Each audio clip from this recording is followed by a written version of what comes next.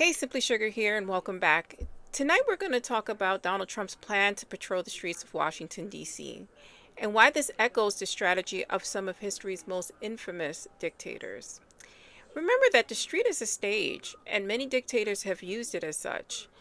Authoritarians throughout history have used this as a seat of power.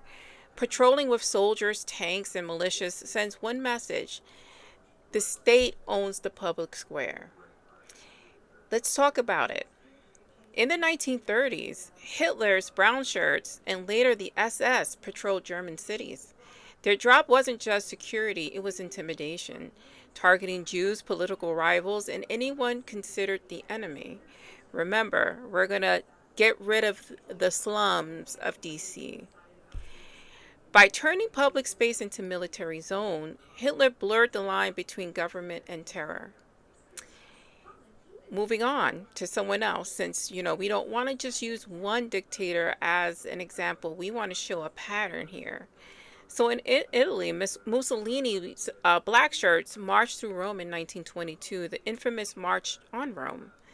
This patrol wasn't defensive, it was a power grab and pressure Italy's king into handing Mussolini's control. This is not only for the people to be scared, this is for Trump's political opponents. Remember, he sent agents to Newsom's press conference. That's deliberate. He's asking other GOP states for their soldiers in solidarity. There's a pattern here. Moving on to Stalin. Stalin didn't walk the streets himself, but the NKVD patrols were everywhere in Moscow. The constant presence of armed men watching every corner created a climate of fear. Neighbors policed neighbors, always under the eye of the state. Sound familiar? Soldiers flooding in, military vehicles. Now, with the new Janine Pirro saying that, you can have a rifle. You can carry it around DC. It's not a felony unless it's connected with other crimes. Because they want white Americans to show up with their rifles, militia style, to police and to instill fear into people. In Chile, General Pinochet's soldiers flooded Santiago after the 1973 coup. In Iraq, Saddam Hussein staged military patrols throughout Baghdad as a show of personal power.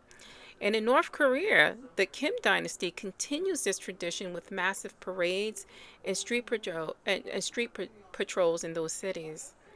The common thread across all of these regimes: patrolling streets isn't about public safety, it's about psychological control, making people feel the government is watching them everywhere. When Trump puts patrols in Washington, D.C., it taps into some authoritarian playbook, using the street not only as a space for freedom, but as a stage of fear. So when you see talk of Trump's D.C. patrols, remember, this isn't new. From Mussolini to Hitler, from Stalin to Saddam Hussein, dictators have always used soldiers in the streets as their loudest propaganda tool, and this is continuing.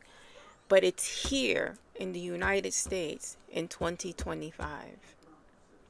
I'm Simply Sugar. I hope you found this helpful. Please like, share, and comment.